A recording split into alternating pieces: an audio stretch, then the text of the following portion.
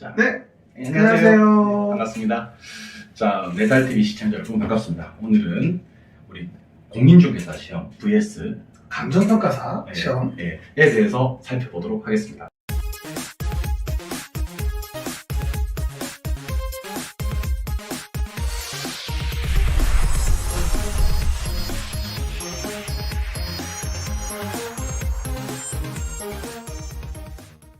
우리 공인중개사 시험은 이제 워낙 많은 인원이 공부를 하시고요.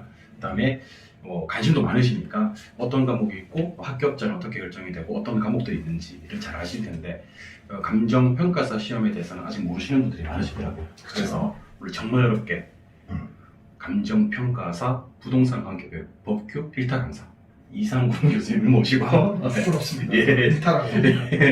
모시고 우리 감정평가사 시험에 대한 전격 해부를 한번 해보도록 할 겁니다. 상당히 도움되는 영상이 될 거니까 끝까지 시청 부탁드리고요.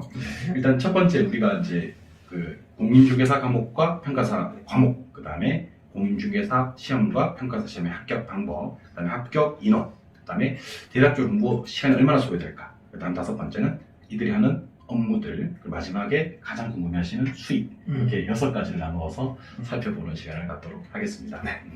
자, 그럼 첫 번째 이제 우리 공인중개사 시험 과목은 알고 계시다시피 1차와 2차로 나뉘어지죠. 1차는 부동산학개론, 민법 이렇게 두 과목이 있고요. 그렇죠. 2차 과목은 이제 공인중개사법, 그 다음에 부동산 공법, 공시세법 이렇게 세 과목으로 구성이 되어 있는데 감정평가사 시험은 1차 과목과 2차 과목이 각각 네. 몇 과목씩 있고 어떤 과목들로 구성이 되어 있나요? 일단은 뭐 중개사 과목보다는 좀 많죠. 아무래도 음. 좀 아시다시피 좀 한 급 위에 자격증이다 보니까 여러 가지 수익도 보장되는 면이 있어서 과목이 좀 많은데 1차 과목이 여러분이 아실 만한 과목이 이제 민법이라는 과목이 있어요. 똑같아요. 그렇죠. 근데 이 민법이라는 과목은 중개사하고 범위가 좀 달라요. 그렇죠. 그래서 일단 중개사 민법은 계약법에 들어가잖아요. 근데 평가사 민법은 계약법에 안 들어갑니다. 그래서 민법 총칙 전체하고 물권법 전체를 시험 보는 게 우리 평가사 민법이에요. 그러니까 좀 과목이 좀 같은 민법인데 범위는 좀 다르죠. 하지만 1차 시험의 평가사는 중개사보다 난이도는 한 단계 밑이다. 오히려 이렇게 이해하시면 돼요. 평가사는 2차가 어려운 거지 1차가 어려운 게 아니거든요. 일단 민법이랑 그다음 두 번째 그 다음에 이제 학원론이라는 과목이 부동산 있어요. 학원론 부동산 원론은 부동산 개론이랑 이제 싱크로율 100%라 봐도 거의 똑같더라고요. 거의 같아요. 네. 그래서 우리가 종호쌤이 평가사에 와서 부동산 원론을 강의해도 일타가 될 수 있을 거예요. 근데 오래니까 안 오더라고요. 그죠? 그래서 부동산 원론은 중개사의 부동산 개론하고 같은 과목이라고 보시면 되고요. 네. 그 다음에 이제 여러분 제가 하는 과목이 뭐죠? 바로 공법이잖아요. 그게 평가사에는 감정평가 관계법규라는 과목이 있어요. 감관법이라고 보통 많이 하는데 네. 감정법과 관계법규는 법이 9개예요. 네.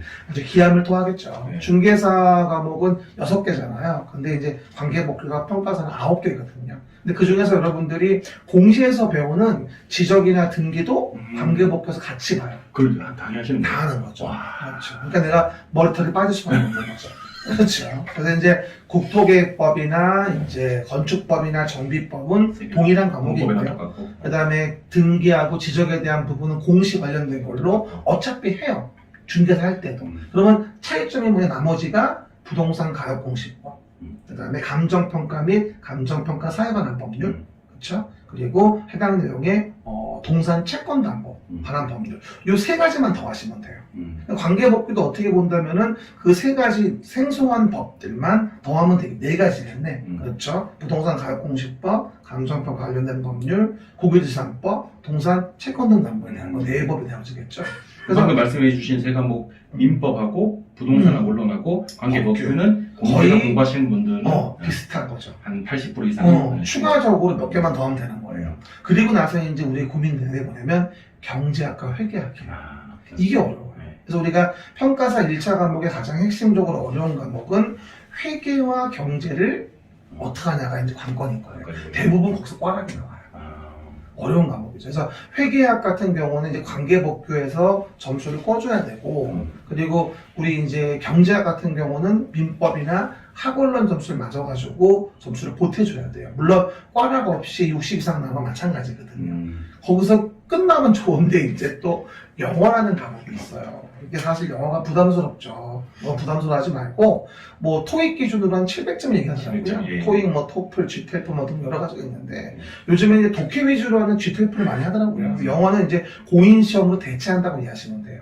이게 원래 10몇 년 전만 하더라도 영어도 같이 시험 봤었어요. 그렇죠. 예. 회계사처럼. 예. 근데 이제 공인시험 대체가 돼가지고 영어는 별도로 만약에 우리 평가사가 3월 첫 주 토요일날 시험 봐요. 원래가. 지금은 좀 코로나 때문에 딜레이 됐지만. 그래서 이제 보통 연말 정도에 영어 공부를 마무리를 전화야지 다음 연도 1차 마무리할 때 부담이 없다. 보통 이렇게 많이 얘기를 해요. 그래서 1차 과목은 그렇게 5+1. 그래서 민법, 학원론, 관계법규, 경제학, 회계, 그 다음에 플러스 공인시험의 영어. 그 중에서 이제 경제학과 회계학이 그렇지. 약간 관건 힘든 과목이다.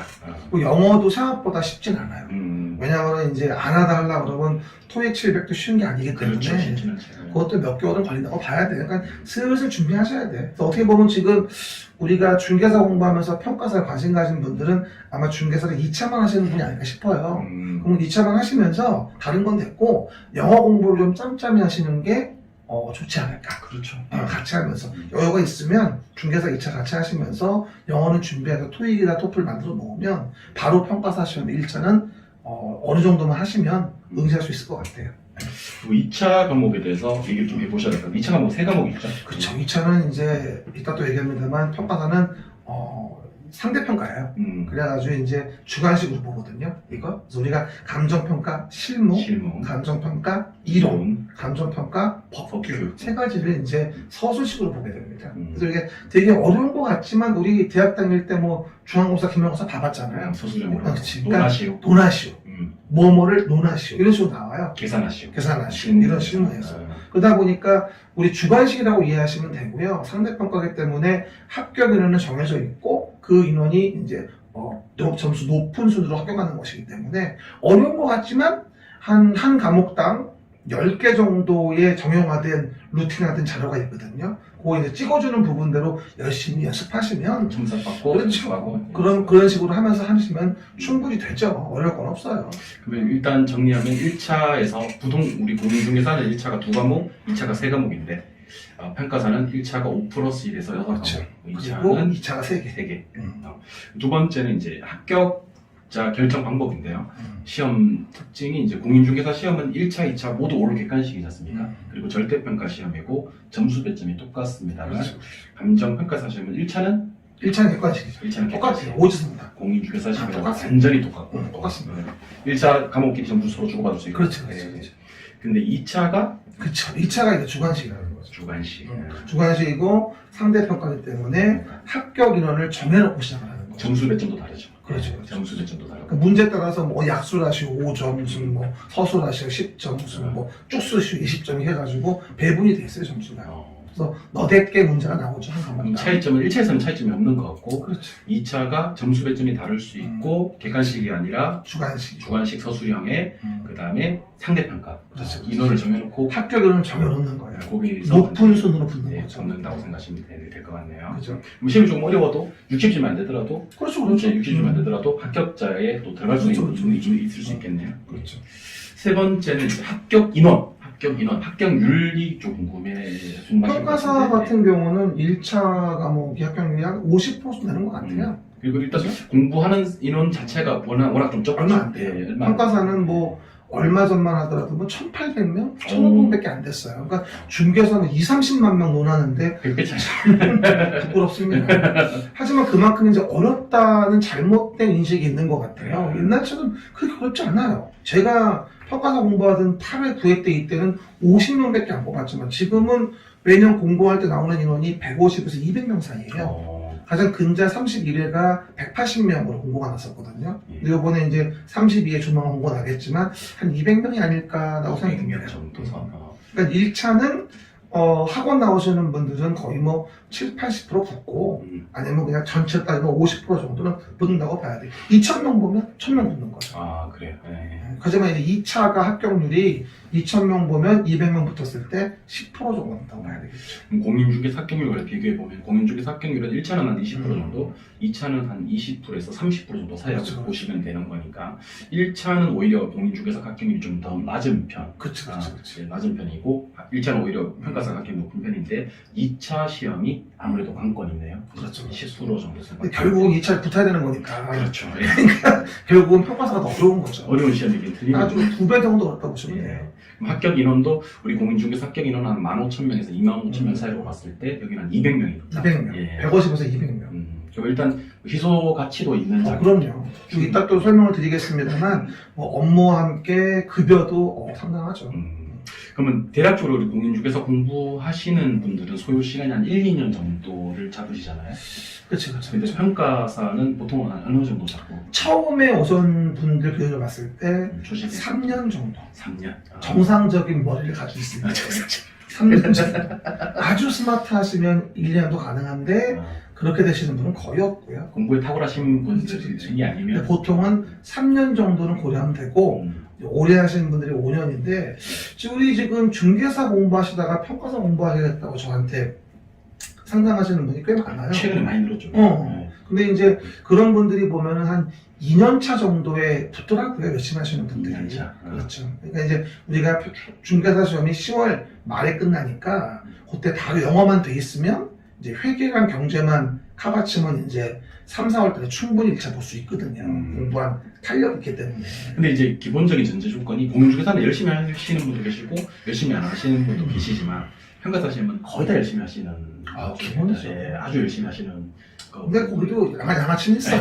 근데 아직 마시고 어차피 뭐 안 하시는 분은 안 해. 예. 근데 한다는 전제 하에 오해하지 마시고. 공인중개사 자격증 취득하시고 난 다음에는 이제 우리 공부하시는 분들이 대부분 이제 뭐 개업하시거나 아니면 취업하시는 개공이나 소공이 되는 게 일반적인데 일단 평가사 이제 자격증 준비하시려고 마음먹으시는 분들이 감지역평가사 자격증을 취득하고 하는 업무를 좀 궁금해하실 것 같거든요. 뭐 여러분 뭐 개론 선생님만 또 배우셨겠지만 뭐 토지 등의 경제적 가치를 판정해서 예. 가액으로 표시하는 거, 예. 감정평가, 그거를 의뢰에 의해서 보수받고 하는 거, 감정평가업. 이해가십니까? 그리고 감정평가업을 할 수 있는 사람은 뭐라 하냐면 감정평가 법인 등이라고 하거든요. 맞아요. 그래서 이제 감정평가 법인으로서 설립인가 갖고 하는 자들이 있고 아니면 개인사무소 내가지고 이제 신고하고 평가사업을 하는 분들이 있어요. 대부분의 형태는 법인이죠. 법인이죠. 대부분. 그리고 법인 중에서도 요즘에 대형화가 많이 이루어져가지고 주식회사 형태로 굉장히 많이 바뀌고 있습니다. 거의 뭐 법인의 대부분의 80%는 주식회사가 아닐까. 뭐 유한회사도 있긴 한데 드물어요. 대부분들이 이제 주식회사로 이해하시면 돼요. 감정평가사들은 보통 이제 본인이 출제를 해서 이제 이 산에 이사가 되더라고요. 그렇죠. 예, 그래서 자본이 들어가는 거죠. 예, 자본을 넣어서 이제 그렇게 5명, 10명, 또 아까 대형화된 데는 그렇죠, 뭐 그렇죠. 10명 이상이 이렇게 법인을 구성해서 업무를 하는 것 같더라고요. 그러면 그렇죠. 주로 하는 업무가 부동산 감정평가 외에도 뭐 일반 많죠. 동산들 감정평가. 동산도 할 수도 예, 있고, 뭐 육아증권일 수도 있고, 예. 등기등록권 자산일 수도 있고, 여러 가지가 있어요. 예. 토지 등에 대한 범주가 이제 감정평가법에 언급이 돼 있거든요. 예. 평가물권이 뭐냐는 거에 그 따라서. 진품명품에 나와서 도자기 감정하고 이런 건 아니죠. 하고 싶겠죠.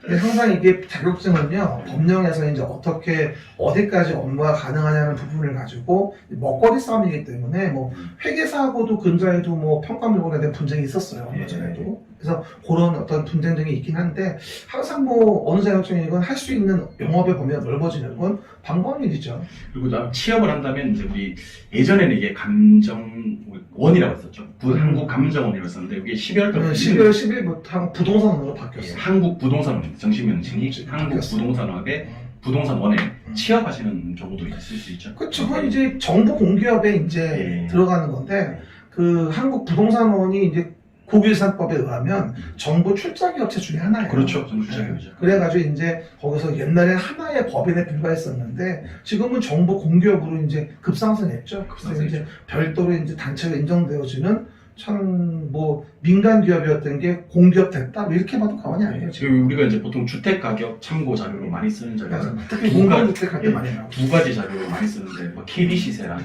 KB 국민은행 시세랑 감정원 그러니까 부감정원 부동산원 시세 두 가지는 상당히 공신력 있는 공동주택 가격 시세로 많이 근데 쓰고 정부에서는 있어요. 부동산원을 좀 미는 것 같아요. 요즘에는 그렇죠. 느낌이 그래요. 그리고 이제 가격 참고 자료로 쓸 때도 대부분 이제 부동산 원자료를 많이 힘을 좀 쓰는 실어주는 것 같아요. 그러니까 중개 실무에서는 KB 시세를 많이 쓰는데 맞아요. 근데 정부 이제 공적 기관 자료 발표라든지 뭐 브리핑 자료라든지 이런 것들은 대부분 부동산 원자료를 많이 쓰는 것 같더라고요. 예. 그러니까.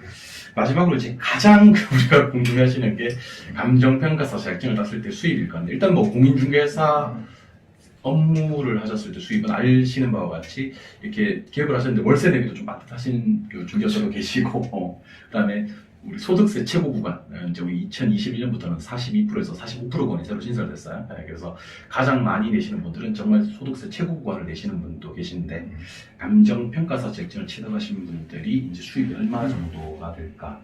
저 많이들 궁금해 하시는데, 네. 뭐 심지어는 자격증 빌려주면 얼마 되는지 물어보더라고요. 그거 왜 궁금해, 처음부터. 걸리면 큰일 나요. 큰일 나죠. 필격사유예요. 자격 취소. 네. 근데 오해 말 거는 뭐냐면, 평가사가 우리 젊은이들 대학 졸업해서 네. 27들이잖아요, 예를 들어서요. 예, 그렇죠. 평균 7, 8천 돼요. 네. 처음 따도 들어. 7, 8천이요. 7, 8천 정도. 그러니까 이제 젊은이 입장으로 봤을 때 상당히 큰 금액이죠. 대기업 연봉 이상이네요. 네, 일단. 그렇죠, 그렇죠. 예. 괜찮아요. 근데 이제, 그리고 평가사 시험 붙고 나서 제가 이것도 20년째 수업을 하고 있습니다만, 뭐 본인이 업무를 하고 싶은데 평가사 따고 나서 취업을 못했다, 이런 말 들어본 적이 없어요. 그죠? 얼마든지 다 취업은 소화가 되는 부분이고요. 그리고 여러분들 뭐, 한 작년도 연말 기준 보니까 평가사들 평균 연봉은 1억 3천 정도 되는 것 같더라고요. 억대 연봉. 그렇죠. 네, 그러니까 억대 처음에 연봉. 7, 8천인데 뭐. 억대 연봉이 전문직이. 그리고 이제 이게 연한이 갈수록 뭐 3년차, 4년차, 5년차 되면서 무슨 뭐 공시지가 업무를 하게 되고 뭐 경면을권도 받게 되고 이게 이제 각각의 다른 법에 그 업무를 배정할 수 있는 해당 내용 근거된 규정들이 있어요. 그러니까 중개사하고 좀 다른 게 중개사는 이제 중개사 3년차가 될 때 어떤 업무를 하고 그게 없지. 개인이 할 수 있는 거랑 법인이 할 수 있는 거 차이가 별로 없는데 이게 평가사 업무 같은 경우는 개인이 할 수 있는 업무랑 법인이 할 수 있는 업무랑 또 차이가 있고 그렇지. 또 연한이 얼마냐에 의해서 달라지고 3년차, 5년차 좀 체계적으로 이렇게 좀 그러니까 이게 다른 법령 등의 뭐 몇 년 차 된 업자에게 법인 등에게 의뢰하라 이런 조항 등이 있어요. 다른 법령 등에. 그걸 감정평가사 라이센스를 취득하고 나면 일단 처음 시작이 대기업 이상 한 7, 8천에서 시작을 하고 장담은 못하는데 장담 못하지 너무 부담 주지 일반적으로 일반적으로 그 정도 가능하고 그다음에 평균 연봉은 한 1억이 일단 넘는 1억 3천 정도. 예, 그 정도의 그리고 제 동기들 중 하나가 지금 이제 저도 이제 나이가 좀 있다 보니까 이제는 뭐 40대 초반이라 보면 이제 친구들이 대부분 덱터들이 많아요 지금은. 예. 근데 뭐 이러면 한 모아지면 한 10장 정도는 뭐 5장, 10장 평가법인. 근데 뭐 세금이 반이라 예.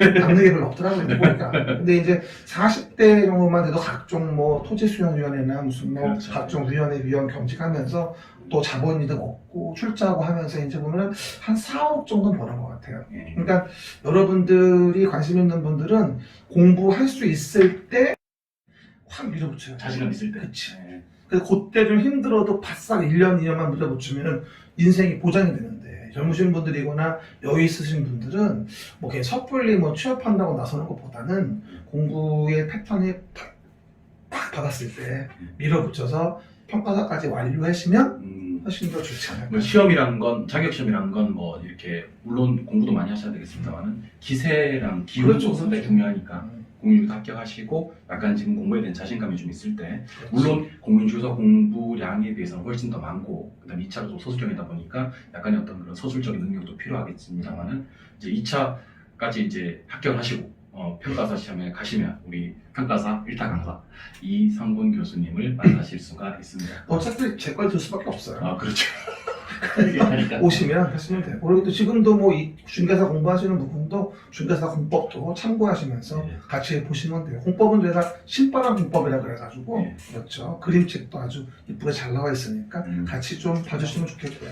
예, 마지막으로 우리 그 평가사 시험을 앞두고 있는 아니면 평가사 시험에 관심이 있는 수험생들에게 물론 뭐 정리해 주셔도 좋고요. 오늘 했던 얘기들 정리해 주셔도 좋고 마지막으로 한마디 하신다면 평가사 자격증은 여러분에게 인생을 바꿔줍니다. 괜찮은 자격증이에요. 그렇죠. 그리고 우리 뭐 회계사나 무슨 뭐 이런 것들 세무사 이런 거와 비교해 보자면 훨씬 탁월합니다. 뭐 변리사 이런 게 아닌 바에는 평가사가 아주 좋다고는 보여지고요. 일단 취업 후 진로라든가 취업 후의 수입이라는 게 굉장히 안정적이다라고 볼 수 있어요. 다른 여타 자격증에 비해서. 뭐 아시겠지만 뭐 회계사 세무사를 뭐 폄하하는 것이 아니라 거의 영업이거든요. 영업이 되게 세기 때문에 그런 거하고는 좀 차별화되지 않을까, 업무 차원으로 봤을 때도. 그래서 이제 아까 마무리했지만은 평가사 과목은 이제 중개사 과목과 상당히 일치하는 과목이 많아요. 그러니까 해당되는 부분에 대해서 이제 일치하는 부분 제외하고 추가되는 부분만 플러스 열심히 하시면 아마 빠른 시간 내에 합격할 수 있는 게 지금 시기 아닐까 싶어요. 조금만 더 기운을 내고요. 이렇게 막 큰 포부를 가지고 다시 한번 우일신하는 여러분이 되시기 바랍니다. 일신, 우일신. 우일신. 아, 정말 좋은 얘기네요. 그렇죠. 네. 그래서 해당 내용 부분에 대해서 하시면 되겠네요. 그리고 이제 뭐 이렇게 영상 촬영은 오늘 이제 평가사 시험에 대한 기본적인 어떤 이해적인 부분이었고, 실제로 이제 평가사 이렇게 댓글도 좀 많이 달리고, 그다음에 관심을 갖는 분들이 많으면 또 추가적으로 좀 좋은 자료나 좋은 그렇죠, 영상 또 우리 선생님들이 얘기해 주실 거니까 그때 또 찾아뵙도록 하시죠. 네. 오늘 정말 귀한 분, 평가사 부동산 관계법규 1타, 감정평가 관계법규 1타 이상곤 교수를 모시고 공인중개사 vs 감정평가사. 시험에 대한 내용을 알아봤습니다. 다음 시간에 또 만나도록 해요. 네. 감사합니다. 좋아요. 구독 구독 눌러주시고 알림 설정.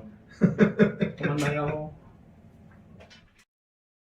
공인중개사 합격 메가랜드. 강사력이 합격이다.